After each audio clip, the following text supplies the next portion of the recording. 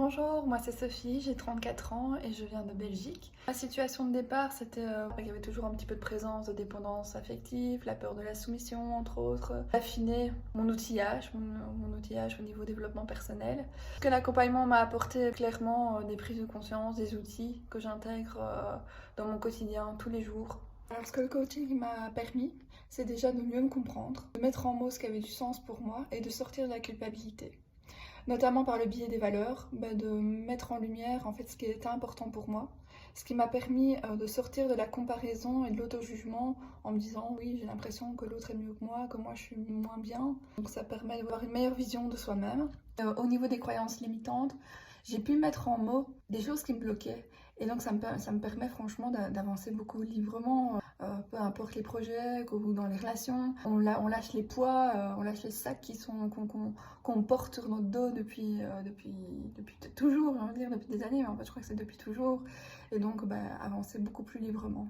Au niveau de la communication, clairement pour moi c'est magique, c'est un renouveau parce que même si c'est un processus qui se fait petit à petit, c'est prendre en considération le point de vue de l'autre, et prendre en considération tout court en général la personne. J'aime bien cette métaphore-là, à se dire c'est comme si on avait un arbre au milieu entre nous et que de mon côté les pommes elles sont vertes et du côté de l'autre les pommes sont rouges et que finalement les deux ont raison parce qu'on a tous raison dans sa réalité. Et quand on comprend ça, ça change tout dans la communication. Quand on arrive à prendre ce mécanisme en conscience et à pouvoir échanger, à dialoguer, les conversations sont beaucoup plus fluides, on met des mots sur des mots, on comprend au lieu d'être dans le jugement, on sort du jugement. On sort du jugement, de la critique ou de voir l'autre comme quelqu'un de pas bien. Donc ça adoucit les conflits, la communication, les relations de manière générale avec mon entourage. Au niveau des émotions, ce qui m'a beaucoup apaisé aussi, c'est de me réconcilier avec les émotions, notamment avec la colère. Avant, pour moi, c'était quelque chose qu'il fallait éradiquer, c'était pas bien, c'était mal. Mais je me rends compte que finalement, les émotions ont un message. Ce sont des cadeaux finalement, ce sont des alliés et qu'il ne faut pas les contre. Au contraire, il faut les accueillir comme les messages, comme une boussole. Quand on comprend tout ça, en fait, on n'est plus en mode enfin non, pourquoi je suis en colère, je ne dois pas être en colère. Non, c'est ok, j'accueille, c'est une amie, elle vient me dire quelque chose, c'est quelque chose qui ne va pas. Je vois c'est quoi pour pouvoir répondre aux besoins ou me libérer quelque chose de ce qui se cache derrière cette fameuse colère.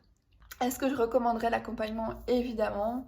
Pour moi, le plus de l'accompagnement, c'est le fait qu'on sait la matière qu'on va avoir. C'est un petit peu comme un livre, on est en sommaire et on sait bien que quand on sera fini, peu importe la thématique ou nos problématiques de base, on sait qu'on va avoir tous les outils.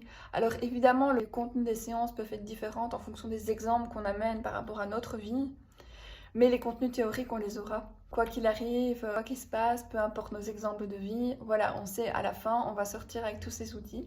Si j'avais quelque chose à ajouter, je dirais que pour moi, investir sur soi-même, c'est la meilleure chose qu'on puisse s'offrir à soi, le meilleur des cadeaux. Et je le souhaite et je le conseille à chacun d'entre nous sur cette terre.